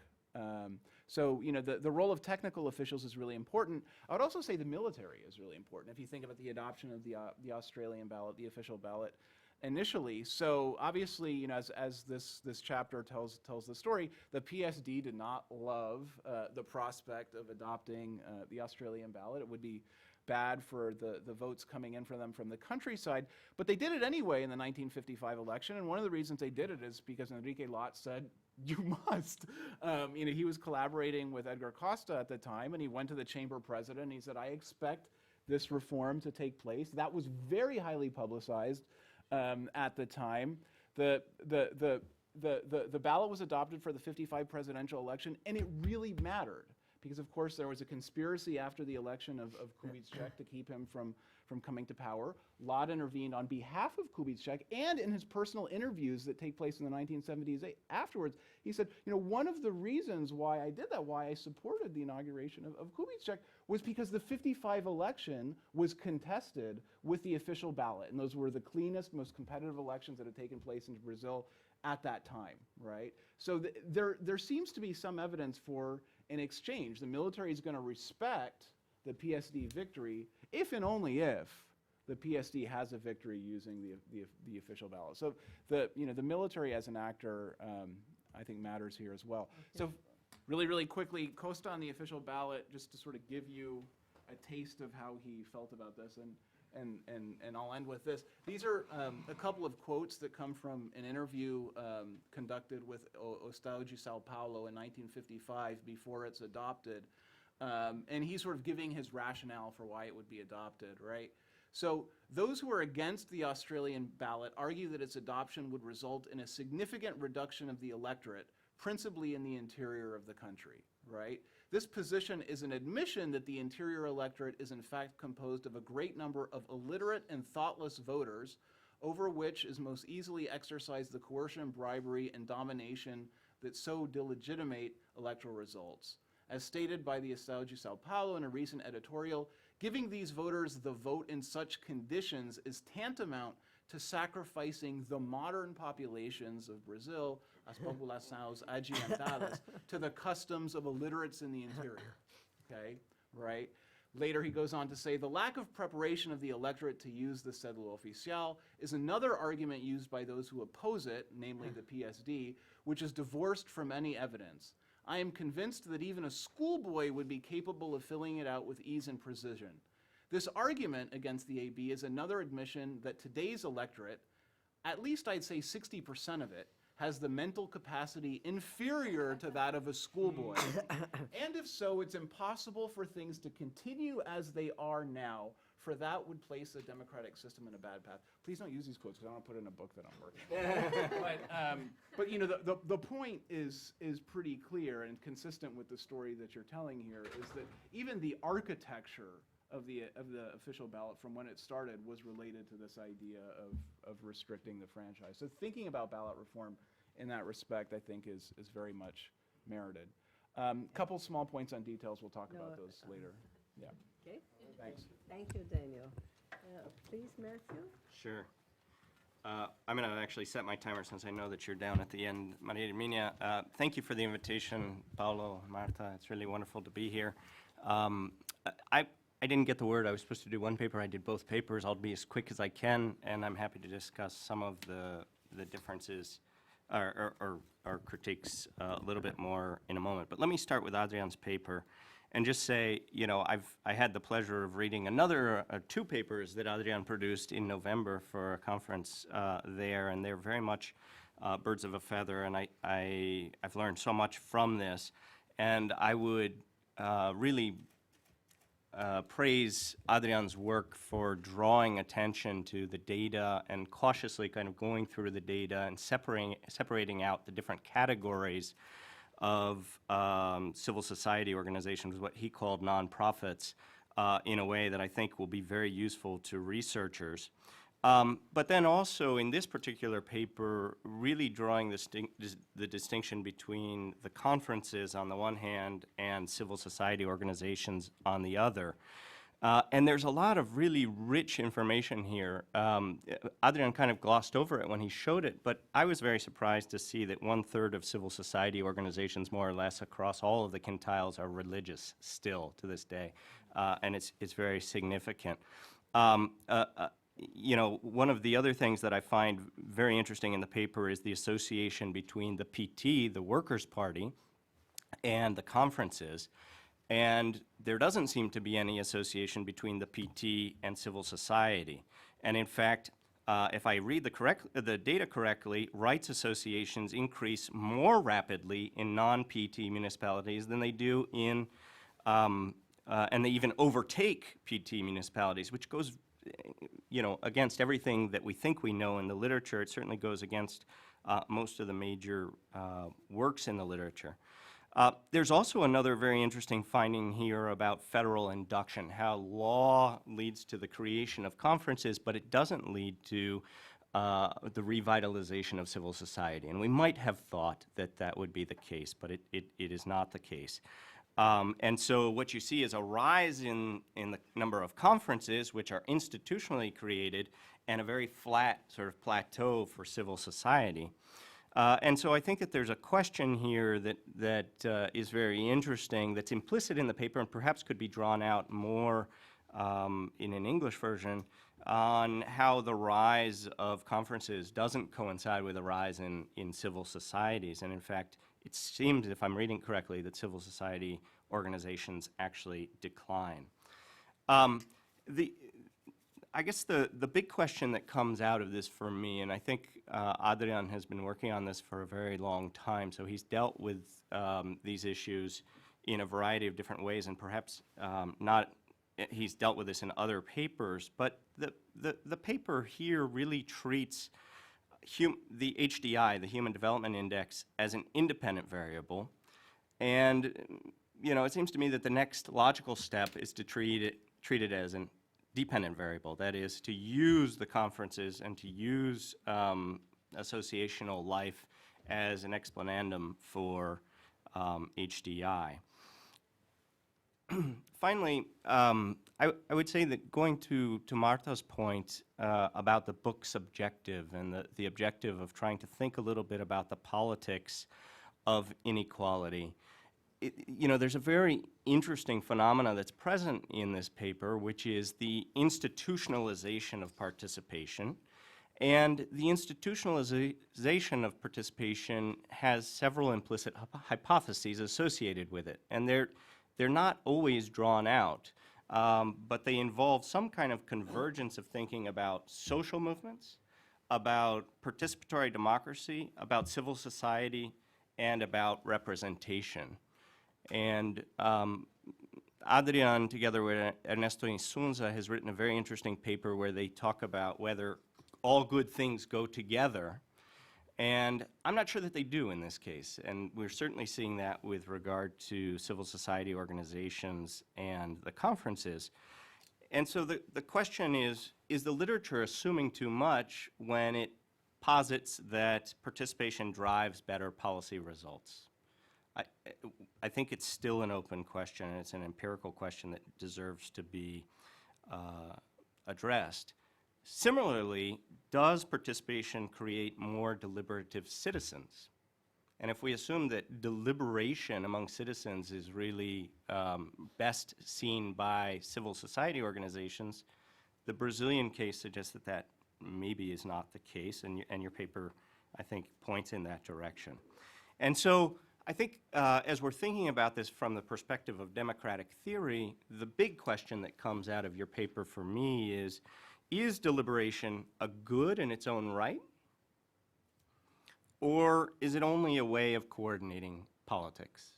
Is it a way of creating new rights, or is it only a way of coordinating the rights that are there and coordinating decision-making around those rights? Either of those would be a contribution, either of those could be positive, but I do think we want to think about that a little bit more. All right, the second paper I'm going to critique is... Let me suggest Yes? that we have already Okay. a discussion on the first paper, and we are running out of time. Sure. Maybe we could open to the floor and then give 5 minutes to each other to answer, and you can talk about Sure. your comments privately, okay? So, I liked the paper. That's what I'm supposed to say. I save you. I save you from the critique. Well, I'll ask people to say their names and institutional affiliation, please. Carlos Alberto. Matthew, is it only a matter of better coordination, or could it be a matter of control? Many of the councils that I witnessed in Brazil are controlled by political parties or by the state. Is it possible that it's a matter of control rather than coordination?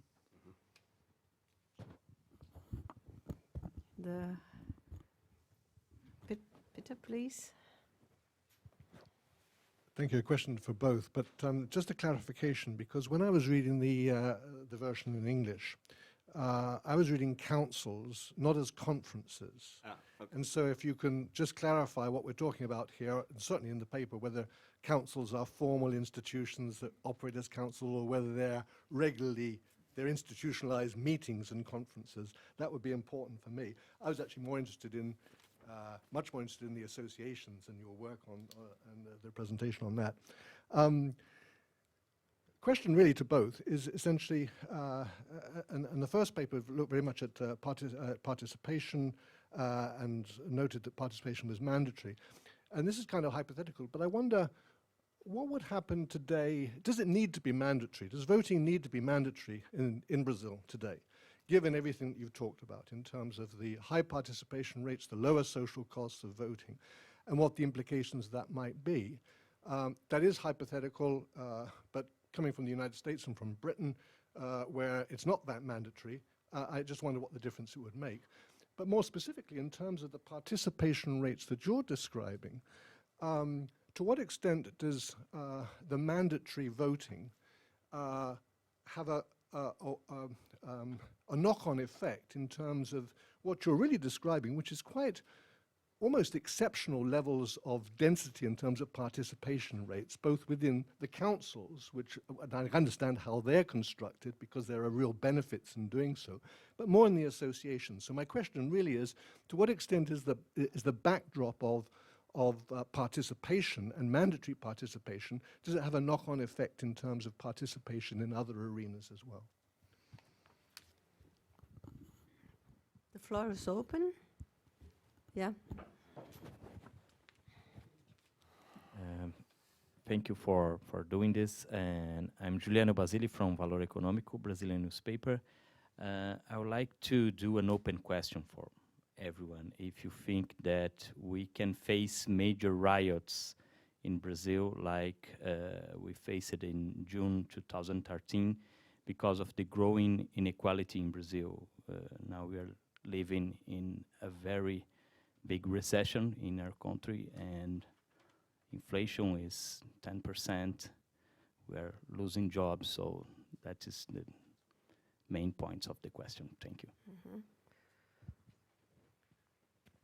Any more questions? Margaret Keck from Johns Hopkins University. I just wanted to push Adriana a little bit more on one of the questions that Matthew actually raised, which has to do with the consequences of more associational life, because your reversal of quintiles was actually really interesting and sort of unexpected, as you said. And so the question then becomes, if you're really interested in what the consequences of denser associational life on inequality would be, can you reverse the arrow, or have you tried to reverse the arrow on the data to see whether over time, since you're looking at this stuff over time, whether the expansion of civil society associations or nonprofits or whatever in poorer municipalities actually has an impact on. Of course, you don't have HDI information for the entire timeline, but do you have any way of looking at that? Any more questions? So, please, Miguel.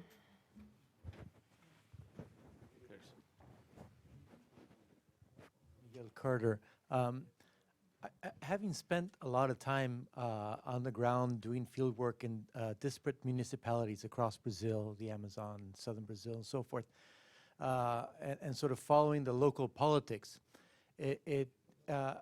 I'm sort of curious to see at what point in this kind of research endeavor we're going to go from this magnificent aggregate and data, which is very stimulating, and the kinds of questions that it raises, to trying to begin to see how that all actually works out in concrete local municipalities, meaning doing actual case studies and sort of mapping out areas, and then trying to understand, because so much of the things that happen on the ground have so many local particularities. It depends on the personality of the priest. It depends on whether a rural trade union was formed or not, on the local politics around municipal contestation. And so there's a point where one who has spent time on the ground wants to see, okay, but how does this firsthand experience that I know in the interior of Brazil relates to this bigger data? And I think that at some point we need to sort of put the feet on the ground. That's sort of just a basic intuition here. Oh, please. That's okay. Good morning, everyone. My name is Leonardo. I am a Brazilian prosecutor from Ministério Público do Espírito Santo. And I have a open question, as my colleague. The councils in Brazil were created by a federal demand. So do you think that the council in the little cities are prepared to make a quality work? If not, how can we improve this quality in the little cities council? Sergey, please. Hi, Sergey Soares from IPE and CGD. I have a question for each one. First for Adrian, my question is about the conundrum of 2013. Because if you look at Brazil, as you have made abundantly clear, it's a place where you have massive amount of participation mechanisms, councils and conferences that are actually mandatory, you have to participate. And yet, in 2013, it became clear that all those people who were on the street didn't feel participating. They didn't feel that they were heard. They didn't feel that this structure worked for them.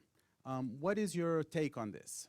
And the question about the voting is that I think that perhaps you could have given a little bit more emphasis on the most recent transition, which is the electronic voting system, which has also, I think, has changed voting, perhaps not as much as the official ballot, but it has changed it an awful lot. I mean, things like, you know, you can't, it's very hard to enter a invalid vote today. I mean, if you do, the machine will tell you, are you sure you want to vote this? And you have to say, yes, I want to invalidate my vote. So, and it's, but on the other hand, it's very easy to vote for the wrong candidate. Because if you get the number wrong, it just shows you the candidate's picture. If you're not too sure, you may just wanna, you just hit the green button and you vote for the wrong candidate. And I know a lot of people to whom this has happened, that they realize that they voted from the wrong candidate, but not, you know, they're in front of the machine, they didn't know what to do, so they just pressed the green button. I believe Paulo has a... No, one, just going back to what, oh. No. Nobody? No. Just going back to Matthew's point on more participation, quality of outcomes. Since the weather service promises that the sun will be out in about 2.5 hours, I wanted to, you know, ask this: is more participation, Adrian, will this lead eventually to what seems to be missing in this moment of collective depression that we are living in Brazil, about the quality of political actors?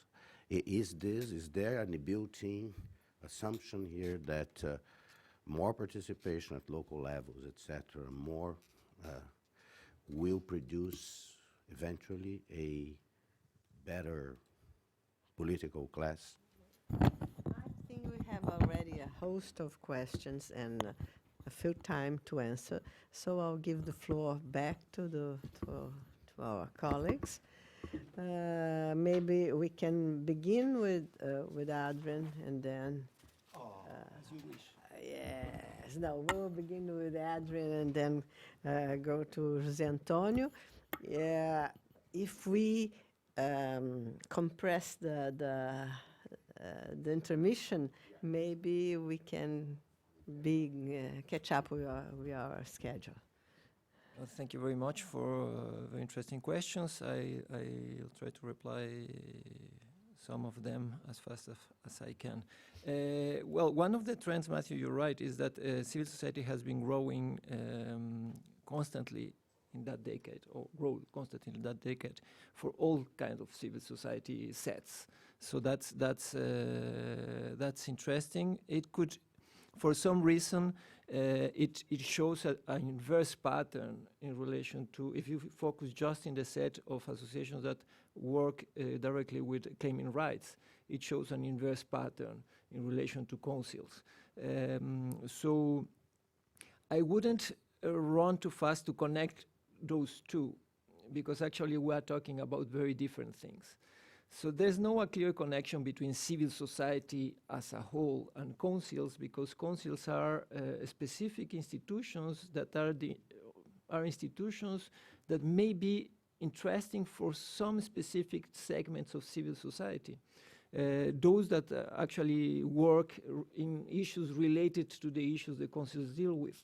So if you have a council on health, there should be a subset of civil society organizations, more kind of stakeholders, associations that would be interested in actually press to that council. But the data we have on associations it's huge. So it's for all kinds of civil society organizations. So relating civil society to councils is something that methodologically is not easy, because when you have the whole universe of civil society organizations, that is what we have here, you can't connect that to councils because you are talking about two different things. But when you start from councils, you start from the dependent variable.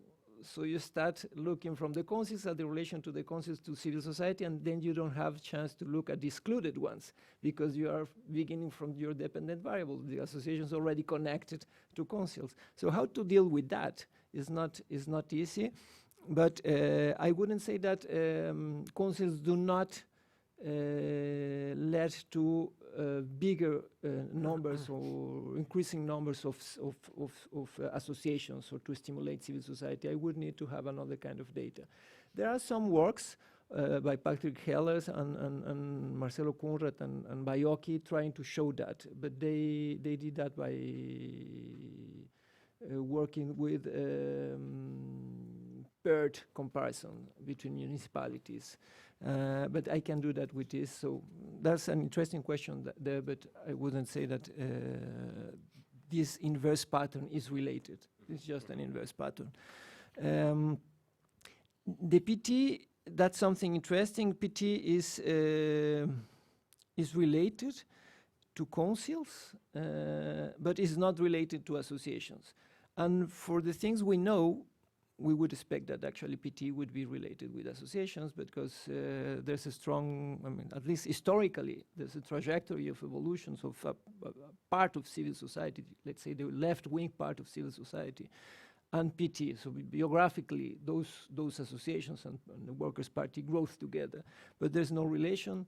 It could be the data, it could be the way we measure it, but we didn't find what we expected to find. So we are trying to think better on that.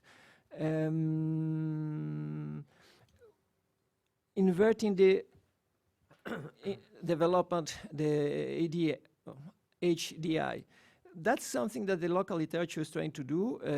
They call that effectiveness. So now the literature on participatory institutions' effectiveness is we would say the more active literature or the most interesting literature being worked now in Brazil. They're not using Human Development Index, but they're using different variables of policy performance to connect councils with that. We are trying to deal with that in a different way. One of the problems of that literature is that it's connecting the presence of councils with effects in the performance of variables. But then you have, let's say, the number of beds in hospitals and the presence of councils, and the relation between those two, I mean, there's a huge gap between those two things. And lots of mediations and no clear mechanism connecting both. So what we are trying to do, instead of working on correlations between the presence of councils and some features of councils and then the variables measuring performance of public policies, we are trying to do is to mapping the actual decisions taken by councils. By mapping the actual decisions taken by councils, we would be able to say, well, at least if there would be some effectiveness, it would be related with the actual decisions taken by councils, and by knowing our dependent variable better, we can know actually what can we expect of councils. So it's not the presence or number of councils, there's a huge variation of the actual decisions taken by councils, so if you put all together and try to correlate that, it won't work. So we are trying to work that on that line, and it takes a lot of time because we are trying to build a census of decisions of councils by municipalities, but we are almost producing results by now. There's a set of questions, a group of questions about the effects of participation on citizens or on democracy or on politics, and I would say that at least the last generation of theory in participation evolved enough to show us that actually there's no one single model of participation. There are too many objectives of participation I mean, there are so many models of participation as objectives of participation. So we can expect that participation produce all the good things we would like to have. The question would be, what kind of objective or aim do you have, and how can you use participation to produce that specific objective? And that could be just policy monitoring, and maybe policy monitoring is not going to produce good citizens, but the question is, does it produce the thing it's supposed to produce? Does actually monitor policies or not?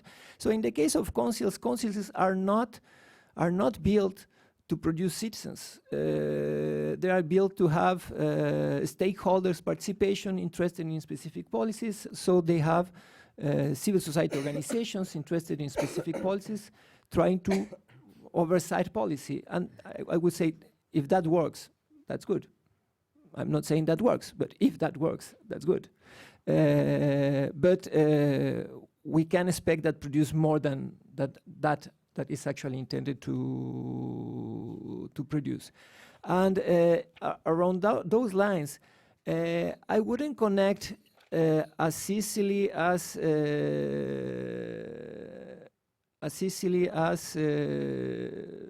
I would say some of my colleagues do, or maybe media do, social unrest with the failure of participatory institutions. Because society is extremely complex, and there's no institution in which you can fit society as a whole. So institutions actually are selective and recruit specific groups for dealing with specific issues. And councils are not known by the vast majority of Brazilian population, exactly because councils work for specific issues for stakeholders that are interested in those issues. So it's not that the guys that were showing unrest in the street were protesting against councils, because they would even know that councils actually exist. But they shouldn't know that. I mean, they're not interested in that specific policies. They don't work with that. So there's no clear fit between councils and social unrest. If we want to look at how councils actually fit into society, we should look at how councils are embedded in a specific set or networks of civil organizations that actually are related with the issues the councils deal with. And that would have a better sense of how embedded councils are. We are trying to do that by network analysis, and we're working in a couple of papers trying to measure that now. And just one last thing. I should forget some questions, but just one more thing about case studies. The trend in literature in Brazil is actually trying to move out of case studies. I mean, not forgetting case studies, but the last decades produced lots of detailed descriptions of how those councils work, looking at council and making participatory research and describing local dynamics. So the move towards effectiveness was trying to face the challenge of, we can't generalize from those case studies. We have very good descriptions of specific sectors, and we even have very solid work doing more careful description across time using case studies. I mean, Margaret Keck is author of one of those books, just received an award last year or the year before that with Rebecca Abers, and those relies heavily on case studies. They are very good, but the literature and effectiveness is trying to move on the other direction, saying if we want to have an idea of how this layer of institutions actually produce or not effects, or the effectiveness of this layer of institutions, we should move from the scale of analysis. And we then need to use another units of aggregation, another measures, and that's the shift of literature. That is why we are trying to push the literature that way. But there's lots of good case studies, and I would say that most of literature of the last decades actually give us that full description or rich description of how councils work. Sorry if I forget to reply something. No, there will always will be time outside the meeting to continue this. No, now you... No. In the interest of the break.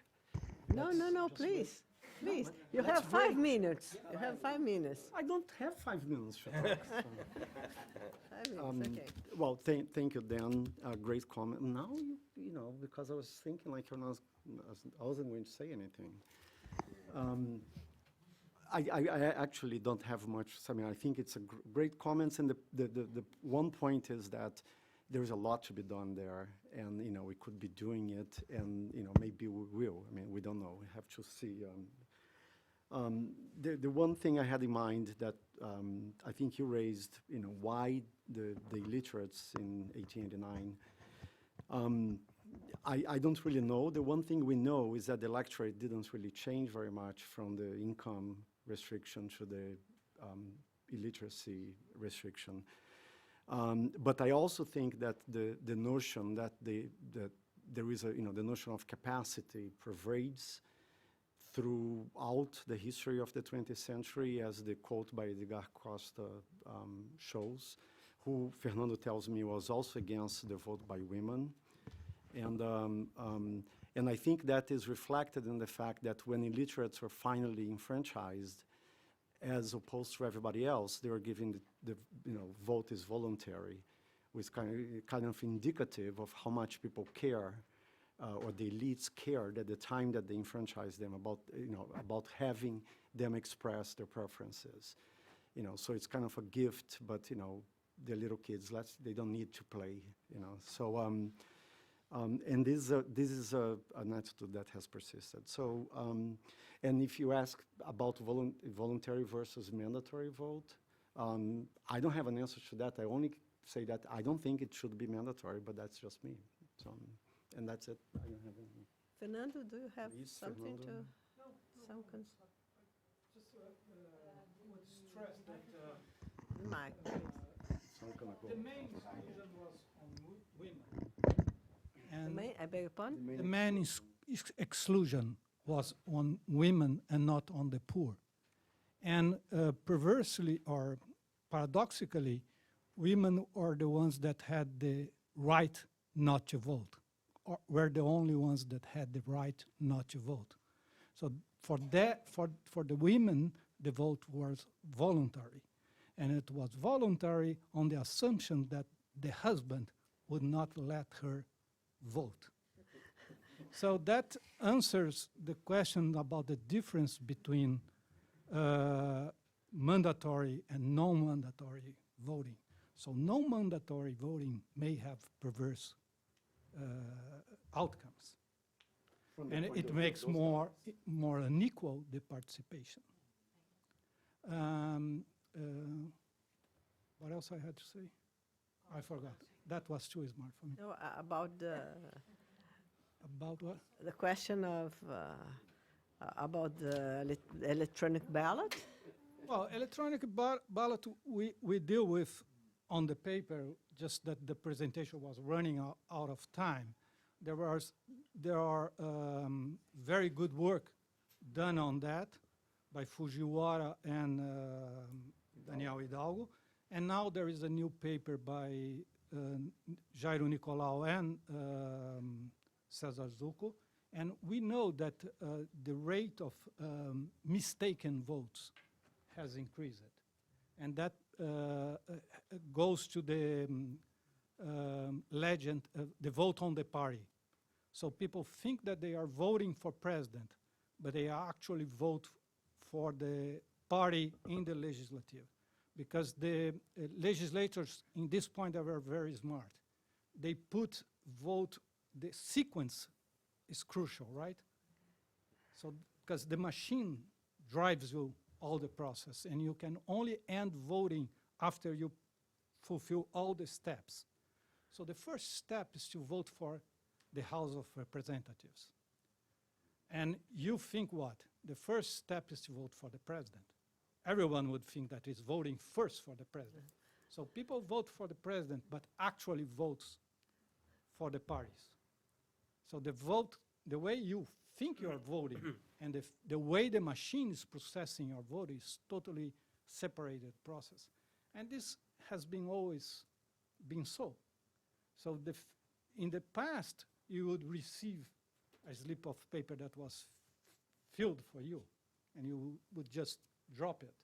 So that was the way that the elites control the poor. So I only last point was that these quotes by Edgar Costa are fantastic, but there are other quotes as fantastic as well. Ulisses Guimarães was the one that reacted to Edgar Costa, and he said, "This is if we use the Australian ballot, we are doing as the South of the United States does. That means to restrict the voting for the poor." So there is no good guys in here, right? So there's no good decision or the right decision. And maybe this has to do with a difference between, I think that we approach always these matters through the lenses of participation. And what really goes on is mobilization. So we always are led to participate by someone that kind of drives the process, and the way that process is regulated. For instance, electronic vote now.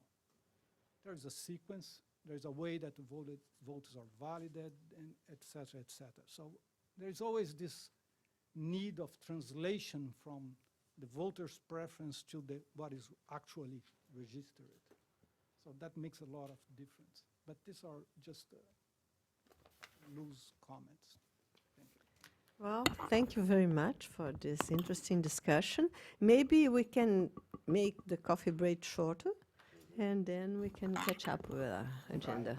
5 minutes again? Just the time to change places, change names. We can bring the coffee. I don't care. Actually, no, I'm chairing the next session. Yeah, conference is also, but I wasn't dealing with it. You're welcome.